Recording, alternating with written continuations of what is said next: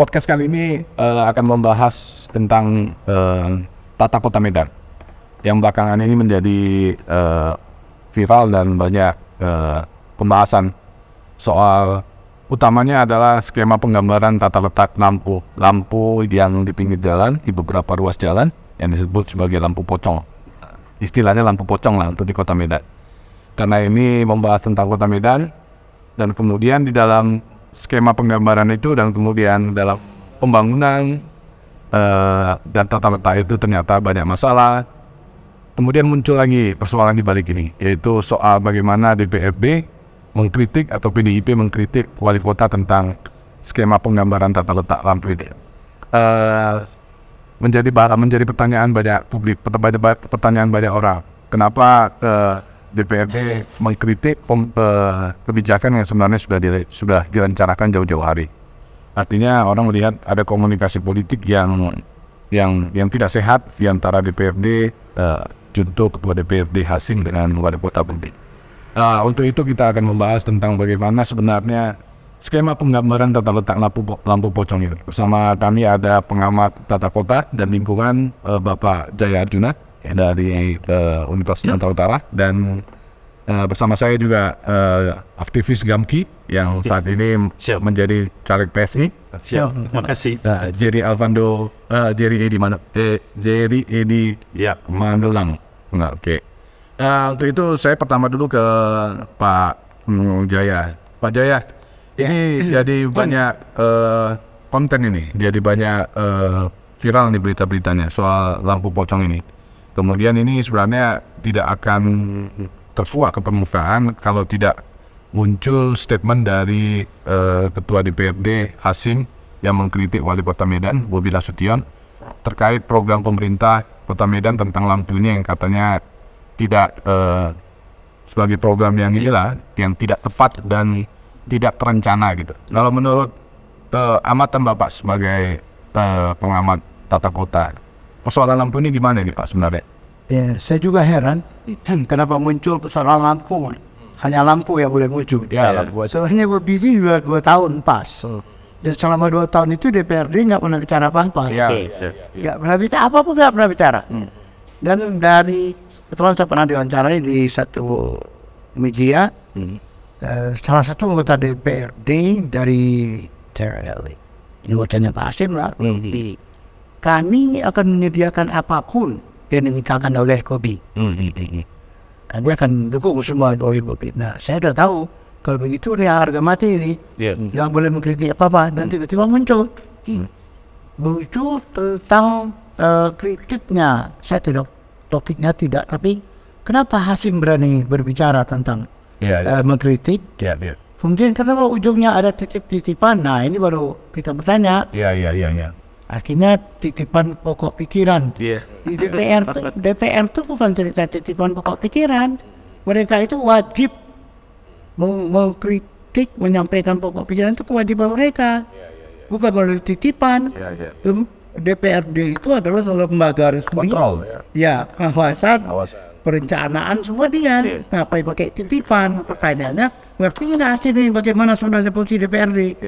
Karena setiap kali diminta RDP kan Hasim nggak pernah mau. Itu masalahnya. Sebenarnya itu udah kewajiban mereka ya, karena sudah diamanatkan publik lah mereka untuk melakukan pengawasan terhadap itu dia. Kenapa pakai titipan? Kalau dari sisi penataan kotanya Pak, selama ini kan orang melihat agak mengganggu ini mata ini kan melihat lampu-lampu pocong itu di pinggir jalan. Apa sih rencana apa di kepala pemerintah ini sebenarnya untuk membangun lampu-lampu itu nih? Kemudian lampunya bukan menghadap ke jalan juga, menghadap ke parit juga. Itu mau ngajak orang mancing atau mau ngapain di situ? Ya, sebenarnya kita kan, ya mungkin Hasim itulah kembali tidak tahu fungsi DPRD. Sebenarnya lampu pocong itu kalau diperlukan, itu kan hanya ada 8 koridor yang dibuat. 8 koridor.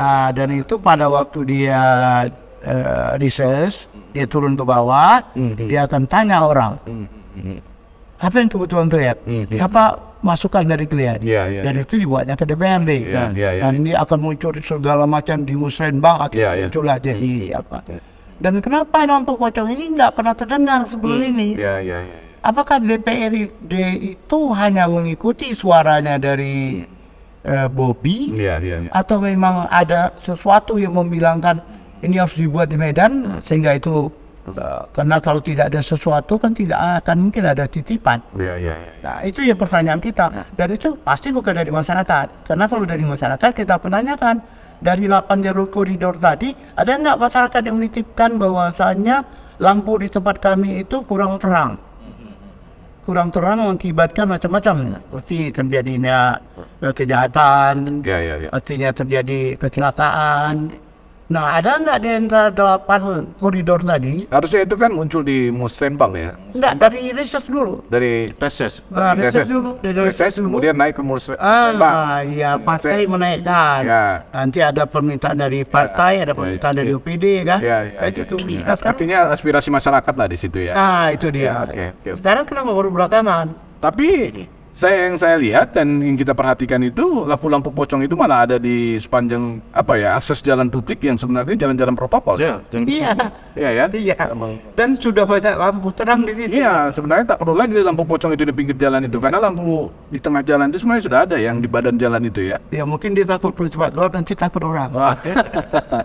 Oke, saya ke Bung Jerry dulu. Bung Jerry, Siap, iya. Anda melihat gimana nih komunikasi politik apa yang terjadi nih antara Ketua DPRD dengan Wali Kota? Ini kan satu partai ini ya kan gitu. Betul. Ini agak unik juga ini.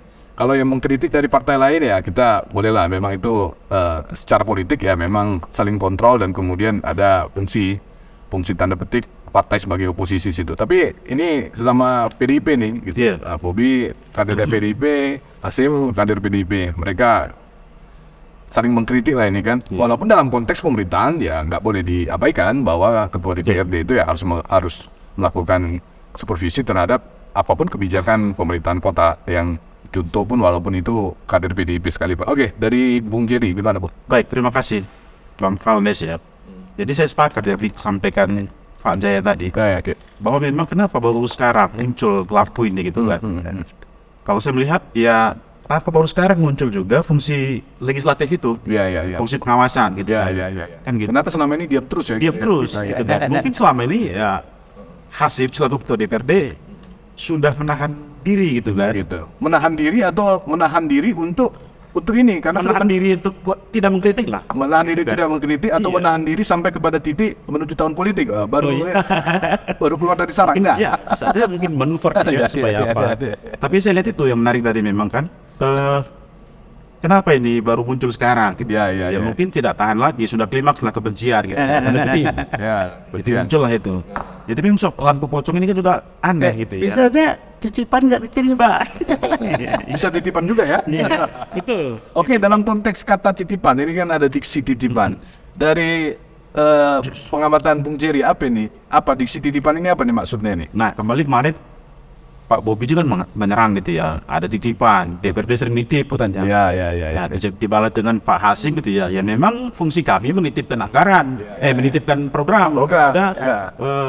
Menko, ada eksekusi. Ya memang DPRD Ngelesnya, iya. Ngelesnya bagus loh memangnya. memang DPRD tiki apa ya? Tiki. Iya. Atau justice titik. Nah itu tadi memang yang sudah dia saya lihat rancu gitu ya. Iya. Ya mungkin klimaksnya mereka. Iya. Ya mungkin kalau yang saya amati di lapangan, yang saya dengar juga ya dari warung-warung kopi gitu kan. Iya. Aspirasi masyarakat. Iya, aspirasi masyarakat gitu. Iya. Ya mungkin ini memang sudah klimaks yang ya. ketua DPRD tadi gitu kan. Iya. Sudah melihat Dan ini. juga memang mungkin ada juga titipan dari pusat gitu ya. Iya. Kepada ini yang menarik. Iya. Kepada ketua DPRD gitu kan. Iya. Coba ada disentil dulu kan gitu kan. Iya. Karena melihat sounding dulu gitu. Karena melihat estetika lampu pocong ini kan memang nggak menarik gitu ya. Iya. Pak Jaya ya. Karena terlalu rapat. Dari sisi ini Anda melihat cukup berani juga ya seorang Hasim untuk ini ya, untuk mengkritik wali kota ya. Ya ini tes case dia mungkin. Dia coba ya gimana supaya apa kan. Karena yang saya lihat banyak juga sih anggota DPRD. Ada kalau DPRD Kota Medan itu ada 50 gitu kan. Ya, ada 49 lagi kemana gitu ya. Walaupun ini diwakili oleh ketua gitu ya kan. Iya. Atau memang ini jangan-jangan aspirasi 49 orang yang disampaikan kepada ketua. Kau aja yang maju gitu kan. Kau mendorong dari belakang ngerti. Saya juga ada beberapa dengar anggota DPRD gitu ya. Karena kalau misalnya bisa sebut namanya gitu. Iya. Kalau saya udah nahan ini gitu. Kalau head to head dengan yang lain mungkin ada inilah ya. Ada pilenggana ya kan. Pilenggana tanda petik kayak gitu. Pak Jaya gimana lihat? Ya bisa jadi kan formulisnya di pusat sekarang. Oh gitu. Ada Ibu Mega dengan Pak Jokowi ini kan nggak kurang harmonis. Tes seperti Medan dah. Iya. Oke, kita kembali ke kotanya Pak. Penataan kota. Jangan terlalu jauh ke politik. Kalau melihat dari aspek fungsi, fungsi lampu jalan itu sebenarnya dalam sudut pandang sudut pandang keilmuan tata kota gitu ya, planologi lah ya, planologi. Itu kan pasti ada kan prinsip-prinsipnya. Nggak hanya dibangun sembarangan di sini, kemudian dibangun di sana, dibangun di sini. Kalau menurut Pak Jaya, gimana tuh melihatnya? Dengan memang berfungsi nggak ini lampu pocong ini untuk kita gitu? Iya, kalau dilihat dari fungsi lampu penerangan jalan, itu kan pertama sekali itu adalah untuk keamanan. Keselamatan. Nah, itu fungsi ya? Ya, ada keindahan. Kan banyak fungsi yang bisa dikerjakan di situ. Tapi lampu pocong ini itu sudah double, ada lampu besar di atas, ada lampu kecil, ada lampu ini, dan ngarahnya kemana diarahkan? Ke orang jalan. Ke sungai. Ke sungai. Ada yang diarahkan ke paret ya kan? Iya. Sebenarnya kalau lampu itu diarahkan ke trotoar, tempat jalan kaki itu, pertanyaan kita, ada orang Medan nggak yang menggunakan trotoar jalan kaki? Nggak ada. Makanya kalau cewek Jakarta dengan cewek Medan itu kita tandai dari betisnya. Kalau betis orang Medan lebih bagus. Ramping ya. Lebih ramping. Kalau cewek Jakarta yang ngejar bis terus ya. Itu dia. Jatuh naik beca Pak ya. Iya, beca orang kita. Benar. Betisnya berotot semua ya? Kita tahu, pikirnya naik beca. Jakarta biasa jalan lari biasa. Nah, sekarang untuk apa sebenarnya fungsinya? Untuk pejalan kaki, untuk penerangan, atau untuk keamanan. Atau keamanan di daerah pusat begitu. Itu jalan protokol loh Pak, jalan protokol. Ada koridor.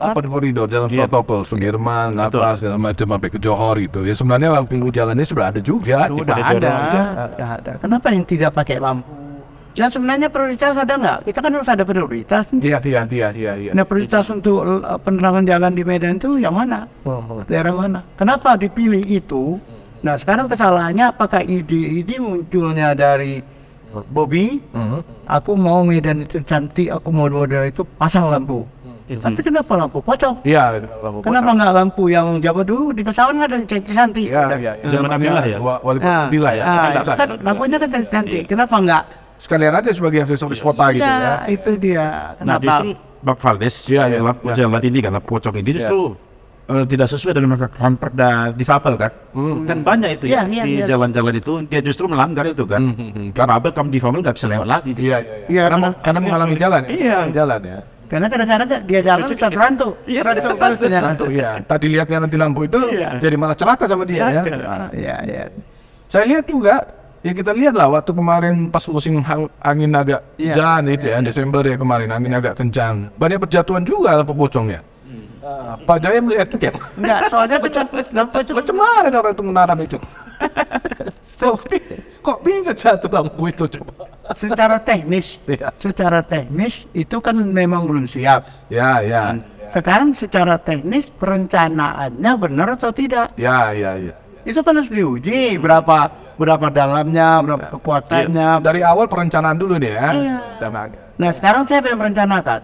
Kalau itu salah dari segi keuangan, yang salah DPRD, yang salah bagian di Banggar kan. Kalau salah dari segi teknis, yang salah PU. Nah, kalau salah dari estetika, yang mana orang kebudayaan, yang mana orang apa semua. Ini kan bersama di DPRD. Sekarang dibicarakan tidak. Kalau nggak pernah dibicarakan, pokoknya bangun. Nah, itu udah lain cerita. Iya. Nah, sekarang kita nggak pernah tahu di Medan ini yang punya pokok-pokok pikiran atau yang pokok pikirannya bisa diterima oleh Bobby atau pokok pikirannya bisa intervensi Bobby itu siapa? Kelompoknya siapa? Kelompok mana? Dan jelas DPRD tidak. Gerbong siapa sekarang? Gerbong siapa? Yang jelas gerbong dengan pertengkaran antara Bobby dengan si Asyid. Jelas PDIP bukan kelompok gerbongnya pemberi masukan kepada Bobi. Sebenarnya yang saya lihat sih di banyak mekanisme pemerintahan ya, kontrol antara DPRD dengan pemerintah itu kan lebih, kalau sampai kepada tingkat teknis kayak gini biasanya kan sudah ada juga meletup di media, misalnya Komisi D ya atau Komisi B yang memanggil gitu kepala dinasnya terkait soal pembangunan lampu pocong ini. Saya potong pertanyaan dulu. Iya, oke. Media yang mana yang ada di Medan? Kalau itu pertanyaannya, ya nanti kita jawab Pak. Jadi tanya sama saya. Oke, biasanya kan gitu, diawali dengan hearing ya, rapat pendapat, ya memanggil instansi teknis, kemudian komisi yang bersangkutan berkompeten memanggil konsultannya, perusahaan, memanggil semua stakeholder lah, termasuk di dalamnya itu kepala dinasnya ya. Anda sudah melakukan ini, kenapa? Pertanggungjawaban seperti apa? Kenapa harus membangun di sini gitu? Kenapa kemudian berapa biayanya segala macam? Apa yang terjadi? Kenapa banyak yang tumbang? Kan gitu ya. Jadi perdebatannya sudah mengarah kepada teknis kalau sudah berdiri dan dibangun dan ada masalah gitu. Ternyata masalah ini muncul di tingkat politis malah. Jadi tidak di tingkat teknis kan gitu kan. Persoalannya antara wali kota dengan ketua DPRD, antara balas membalas, ya saling menyindir gitu ya kan. Malah runtutan masalah teknisnya nggak kita dengar gitu. Apakah Komisi D atau Komisi B yang Komisi D ya Pak ya biasanya ya, Komisi D yang memanggil instansi yang kompeten ya, kadisnya ya MPR ya untuk mempertanggungjawabkan, paling tidak menyampaikanlah bahwa ini lampu pocong ini seperti ini. Gimana Pak Jaya melihatnya? Ya kalau yang saya lihat terjadinya perdamaian, senyapnya antara Hasim dengan Bobi, kan kita nggak tahu. Pokoknya bisa senyap. Siap. Sedang tingkat FIFA aja kita bisa tahu apa penyebabnya kan. Kenapa? Apa pokok pertemuan antara Bobi dengan Hasim? Apa kesimpulannya? Bagaimana kelanjutan pocong? Bagaimana kelanjutan titipan pokok pikiran? Titipan pokok pikiran. Masyarakat nggak pernah tahu. Apa dianggap orang tua berdua, Medan ini bodoh-bodoh semua. Ya mungkin seperti tadi Pak, hilang seperti pocong dia. Hilang sendiri kan? Dari Bung Jerry dulu, gimana nih? Apakah masalah teknis ini kemudian diubah jadi masalah politis gitu? Atau sebenarnya ini masalah politis yang kemudian merembet kepada masalah teknis? Ini kan masih sesuatu yang agak agak rancu juga ya. Ini kan dimulai dari masalah teknis dulu, kemudian merembet ke masalah politis, atau masalah politis yang akhirnya merembet ke masalah teknis gitu kan? Nah kalau saya melihat ini akumulasi masalah teknis. Aku mau ngasih masalah teknis ya. Teknis ini termasuk justice juga enggak? Justice. Justice ya. Keluar selama ini gitu. Masalah teknis selama ini yang sudah redam dia di bawah dia, muncul dia. Letupan ini letupan ini sudah akumulatif ya. Akumulasi. Berarti masalah teknis dulu, politis tuh. Ya, kembali lagi ke teknis gitu ya. Pak Jaya? Ya sebenarnya kan kalau pembangunan dulu itu kan dimulai dari Bappenas. Bappenas. Itu yang merancang secara lengkap. Baru sampai sistematis artinya. Perencanaan itu ya. Kalau sekarang Medan nggak punya itu, saya nggak pernah tahu di Medan ini sekarang yang berpikir teknis, yang merancang teknis, yang menjalankan itu saya nggak pernah tahu. Musrenbang itu kan membahas itu kan dari bawah. Dari bawah aspirasi. Itu masuk diolah nanti di OPD. OPD kan di Musrenbang itu kan OPD yang merangkum. Artinya udah jadi. Sekarang ada nggak itu? Pak Jaya sering dilibatkan nggak di Musrenbang sebagai pengamat tata kota? Kan umumnya kan stakeholder kan dilibatkan juga di Musrenbang. Ada pihak kecamatan, dari perwakilan masyarakat, ya kan selalu itu dilibatkan. Musrenbang itu kan cuma tanda tangan hadir. Tapi Pak Jaya suka pernah berapa kali saya tengok. Suasana di sana seperti apa Pak? Ya ada, kita datang, kemudian pejabatnya cerita begini, besoknya cerita udah nggak tembas, apa? Artinya Bapak datang ke sana membawa aspirasi atau ikut menganalisa rencana? Nggak sempat. Saya cuma mendengarkan ceramah 2 tahun yang lalu kalau nggak salah. Waktu itu masih ada dengarkan penyampaian paparan itu macam. Kemudian ya pulang. Jadi nggak ada dimintain aspirasi gitu dari ahli, dari pengamat gitu, nggak ada? Ya nggak ada lah, dari semua mana? Sudah tersaji gitu ya? Semua sudah terjadi. Jadi materi-materinya sudah ada dalam bentuk buku. Ya artinya sekedar seremonial aja lah ya. Nah sebenarnya kalau dilihat untuk jadi bupati, jadi wali kota, jadi segala macam pejabat itu kan dari presiden itu kan ada 3 sebenarnya backing dia. Pertama, pemikir dia siapa? Nah, kita nggak tahu pemikirnya di Medan siapa. Yang kedua, keamanan melaksanakan program itu siapa di Medan? Ya. Siapa yang mengamankan gitu ya? Ya. Kan yang kita tahu asal mengamankan Bobi pas Pilpres. Kita itu dia. Yang ketiga, anggaran. Kalau anggaran kita juga nggak tahu, DPRD saya yakin nggak tahu anggaran. Pokoknya Bobi bilang, Pak, perlu anggaran, nggak keluar turun anggaran. Buktinya, Lapangan Merdeka itu anggarannya DPRD nggak pernah tahu. Iya. Lapangan Merdeka ya, 313 miliar, 313 M ya. Dan Bobi berani merencanakan untuk mengatasi banjir rob di bawah 6 triliun. Oke, 6 triliun. Oke. Dari mana tahunya? Jadi dari segi anggaran DPRD harusnya DPRD tahu, kemudian artinya ada dana siluman. Bukan dana siluman ya, Bukan potong juga. Bukan dana siluman apa? Cuman ada dana yang bisa segera diturunkan oleh pejabat. Iya. Cuma pemikirnya nggak jelas, pengamannya nggak jelas. Kalau dana itu dana tanpa ada pengaman dan tak ada pemikir, itu dana itu akan jadi sia-sia lah, terbuang gitu ya. Nggak terbuang, tidak efektif gitu. tidak terbuang, cuman tak jelas. Mahfud MD itu nggak tahu dana siluman ini kemana. Oke, Bung Jerry, melihat masalah, kita melihat lampu pocong ini sebagai jendela lah ya, sebagai jendela bagaimana kota Medan ini sebenarnya masih sangat perlu pembenahan gitu ya. Artinya banjir juga masih berulang ya, walaupun sudah wali kota Pemko Medan sudah lakukan banyak ini ya, apa namanya itu proyek-proyek untuk pembenahan drainase ya, kemudian ada lampu jalan. Sebenarnya prioritas apa yang Anda lihat yang harus dilakukan oleh pemerintah Kota Medan? Ya, kira-kira melihat soal kota lah ya, soal kota. Kota ini sudah banyak orang yang mengeluhkan. Satu soal banjir. Oke, banjir nanti akan dibenahi ketika misalnya proyek drainase ini akan terbangun secara sinergi, secara sinergis karena sekarang mau dipotong-potong. Kemudian soal kotanya lagi, soal kota ini, penataan tata kota ini, apa yang Anda lihat yang perlu harus dibenahi dan urgent gitu, kira-kira? Baik, jadi saya lihat soal tata kota ini yang paling urgent adalah soal jalan ya. Jalan, oke. Di mana tidak ruas jalan di kota Medan kecil-kecil. Jadi terbagilah pengalihan arus. Ya. Itu kan terjebak di situ kota Medan selama ini gitu. Oke, jalan yang kecil-kecil, terbatas. Ya. Nah, kalau menurut saya soal penataan kota yang harus dilakukan adalah ini memperbanyak pembangunan underpass ya. di beberapa titik. Ya. Jangan nambah mau merubah alur lalu lintas gitu kan, menambah kemacetan gitu kan. Ya. Memang harus sinergi lah antara pemerintah kota dengan provinsi, karena memang itu kan wewenang provinsi kan ya, untuk membangun underpass dengan flyover itu ya.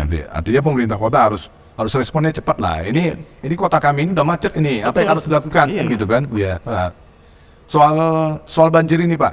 Ya. Setelah pembangunan dan pembenahan drainase, kira-kira masih ada nggak dalam 2-3 tahun lagi ini banjir gitu? Kita berharap sih nggak ada lagi gitu, dalam tahun depan gitu. Paling nggak lah. Bobi janji mengatasi banjir 2 tahun. Oke. Sekarang udah lewat. Oke. Taruhlah kita kasihlah perpanjangan waktu ya. Dia merencanakan pembangunan Medan dengan UDIK sekarang dipasang itu. Oke. UDIK itu perencanaan tahun 2011. Ini dikerjakan baru sekarang. Iya. Kenapa 2019 nggak bisa dikerjakan? Karena semua wali kota itu terhambat kerjanya. Sebagian yang harus mereka kerjakan ditangani oleh BWS. Ya, oke.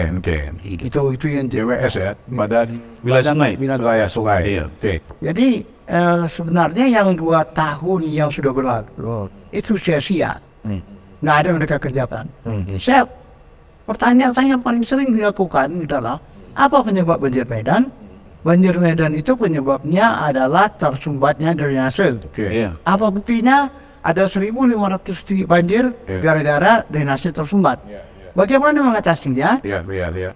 Korek lah, itu aja masalahnya. Nah, pemerintah kota mengorek dengan cangkol bagi sekop. Bisa depan dulu. Iya. Kalau teknisnya sekarang harus dilakukan apa dengan pompa. Dengan teknologi yang canggih, pompa ya? Pompa itu secara teknis ada teknik mesin ya. Teknik mesin pompa itu adalah kita punya pompa untuk mengorek, kita punya upah mengeruk. Kalau keras kita tekan pakai tekanan tinggi, di ujung sana kita sedot. Banyak sekali fungsi kota dan itu tidak pernah dipakai oleh Pemprov. Sebenarnya bisa juga disinergikan dengan ini ya, disinergikan dengan pemadam kebakaran ya. Pemadam kebakaran punya semprot itu ya kan, nggak sangat kuat ya, nggak cukup juga. Bisa, udah Bisa juga ya. sekarang udah mereka coba. Sudah mereka coba. Di Lawan ya, di Lawan pernah ya. Udah di Medan juga udah mereka coba. Cuma kan nggak, langannya nggak serius. Saya pernah hitung semua peralatan yang ada di Medan menangani banjir Medan itu. Iya. Itu diperlukan biaya 350 miliar selama 2 tahun banjir Medan habis. Oh gitu. Itu untuk apa? Pembenahan drainase, Semua, drainase semua. drainase baru, perbaikan drainase lama, pembangunan drainase baru, seperti itu. Drainase lama dia kerja. Drainase lama. Oh bukan, ini nggak ikut pembangunan yang baru ini? Enggak. Karena begini, Medan ini pernah dengar kan? Medan ini Paris van Sumatera. Kenapa disebut Paris van Sumatera? Karena Belanda yang merancang Medan, arsitek yang mau merancang Medan, itu menyamakannya dengan Paris yang ada, dengan Medan yang ada di Paris. Medan yang ada di Paris itu adalah 30 km jaraknya dari Menara Eiffel. Jadi di dunia ini ada 2 Medan. Ada kota Medan juga di sana. Iya, 30 km. Tulisannya sama juga. Medan 30 km dari Menara Eiffel. Nah, Medan itu yang di Paris tidak lepas dari Sungai Seine. Iya. Jadi di dunia ini sungai yang paling akrab dengan kota, dengan Paris, Menara Eiffel itu adalah Sungai Seine. Belanda merancang Medan dengan Seine. Iya, Seine. Nah, Oke. di Medan dibangun pada waktu itu Belanda tidak menginginkan Medan ini kota yang banjir. Maka Belanda mengorek 200 km panjangnya. Oke. Jadi oleh pemerintah kota yang tidak pernah belajar sama sekali dari sejarah, menyatakan ada sungai Putih, Sungai Kelayang, sungai itu enggak sungai, itu kanal Korean. Dianggap oleh pemerintah kota sungai, maka diperlakukan sebagai sungai. Padahal sungai sebenarnya itu Sungai Deli ya. Sungai Deli, Sungai Babura. Jadi biar mereka tahu, saya sudah sampaikan yang sungai itu ada ciri khasnya.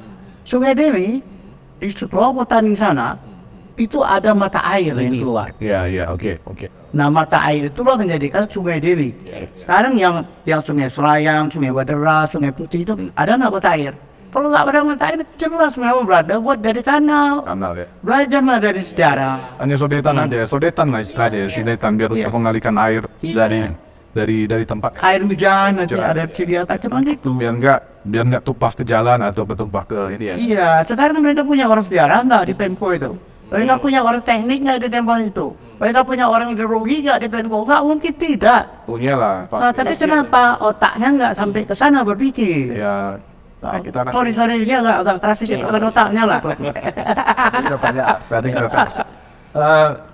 Saya ke Bung Jerry dulu. Bung Jerry, Anda melihat sebenarnya ini kan tidak hanya persoalan teknis yang disampaikan oleh Pak Jaya. Sebenarnya ada di situ fungsi kontrol ya. Artinya masalah-masalah publik ini kan akhirnya memang jatuh ke masalah teknis juga. Tapi ini masalah publik yang secara luas yang harusnya mendapat kontrol ini dari DPRD. Anda melihat ya seperti apa nih sekarang DPRD? Saya membaca media belakangan ini sejak wali kota Medan itu dipimpin sama Bobi. Ya DPRD kota Medan itu kayaknya apa ya? Gimana ya? Ya apa ya bilang lah gitu ya, kalau kata orang Medan ya. Apa ya bilang lah. Cakap lah ya. Apa sih gitu? Ya jadi saya melihat kenapa nggak berjalan fungsi kontrol DPRD Medan? Iya. Fungsi legislasi, fungsi pengawasan gitu ya. Ya mungkin bukan rahasia umum lah.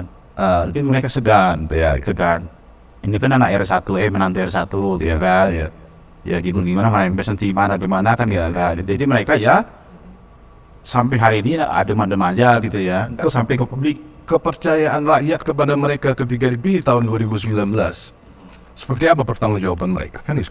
Ya, seharusnya mereka dipilih dari dapil-dapil, ya kan? Publik mengamanatkan kepada mereka untuk menggonggong pemerintah ya gitu kan. Ada yang salah ini, gonggongin ya gitu, gitu kan. Itu kan amanat dari rakyat gitu kan. Dititipkan kepercayaan itu kepada legislatif anggota DPR ya, termasuk caleg-caleg yang sekarang gitu ya. Ketika mereka duduk seperti ini, sebenarnya mereka sudah tahu masalah. Buktinya ya Pak Hasim teriak soal lampu pocong ini kan. Sebenarnya banyak lampu pocong tanda petik yang lain yang sebenarnya harus mereka teriak kritiki. Nah, dari Bung Jerry sendiri seperti apa? Ini DPRD periode model apa sih ini gitu? Ya mungkin mereka yang DPRD yang baik-baik lah ini ya. Baik-baik lah ya. Nggak mau apa, nggak mau konflik, nggak mau apa gitu kan. Iya. Itu dia. Saya anggap ya udahlah daripada ribut-ribut, itu kan ya. Yang hidupnya apa ya, suka berdamai ya gitu ya. Kayaknya memang apa ya, dalam hati Pis-pis aja gitu. pis aja. Memang gak suka bertengkar ya. Iya, berdamai. Ya maunya rukun Lagi ya, supaya jadi tuh apa juga lancar-lancar aja ya. Biarlah damai tenang. Pak Jaya melihatnya gimana? Nggak bisa aja topik yang dipilih ini pocong, karena pocongnya kan suka gelap. Oh iya. Kalau terang, hilang kan? Lagi pocong ini pun suka hilang suka pergi ya. Iya. Tiba-tiba datang juga pergi. Iya. Itu dia masalahnya. Aduh, gitu ya Bang ya. Oke. Hangat sekali perbincangan kami dan cakap-cakap kami lah. Iya. Cakap-cakap kami dengan Pak Jaya, Kombur lah ini, kombur sore. pengamat tata kota, Pak Jaya Arjuna, dengan aktivis Gamki yang juga caleg PSI ya. Dan jadi, Iya, dan dokter jadi. dan jangan jadi Jangan diam lagi jadi sekarang. Iya. Jadi terbaik Gitu Bung Jerry nanti duduk saja jadi pendiam, suka damai, ya, hidup rukun, ya kan, terang sedikit hilang. pekungnya tinggi, ya kan. Nah, jangan begitu. Anda dititipkan amanat rakyat untuk menggonggongi pemerintah. Kalau ada yang salah, kalau yang benar dipuji ya kan Pak. siap. Iya. Yang salahnya Zaman itu dibenci gitu kan. Ada, tapi secara umum. ya, Semua gimana Pak Jaya? pejabat yang memegang jabatan, yang bertindak sebagai pejabat di Medan, di Indonesia, Iya. itu tetap mengucapkan sumpah jabatan. Ya, sebuah jabatan. Salah satu kalimat yang paling sakral di sumpah jabatan, Ya. saya akan bekerja jujur. Ya. Nah sekarang pertanyaan kita, kalau sudah masuk cerita pocong, cerita damai diam-diam, entah di ruang mana mereka ketemu, berarti jujurnya nggak ada. Itu jadi yang Ya. menarik dari partai kami gitu ya. Ada resi, ada itu punya dua jargon, anti korupsi dan anti toleransi. Nah, jadi mudah-mudahan nanti dengan PSI bisa membawa perubahan lah. Ikut Medan. Mudah-mudahan membangun apa sejarah. Tapi jangan terdiam lagi. Jangan cuma waktu kampanye. Waktu kampanye. Ya kan tiba-tiba waktu sudah kampanye teriak, itu duduk diam, ya kan. Nah, jadi pendiam, jadi suka jadi kuwu ya kan. Jadi saya selalu Suka berdamai. saya contohnya begini, berjuang kan. Cuman kita nggak tahu kalau yang betul itu berjuang tangannya gini. Cuma berjuang, tapi kalau tangannya ke sini, berjuang ya. Itu saya awak. Dikasih kode ya. Berjuang. Kenapa ini? Kalau ini kan tandanya sarang iyo.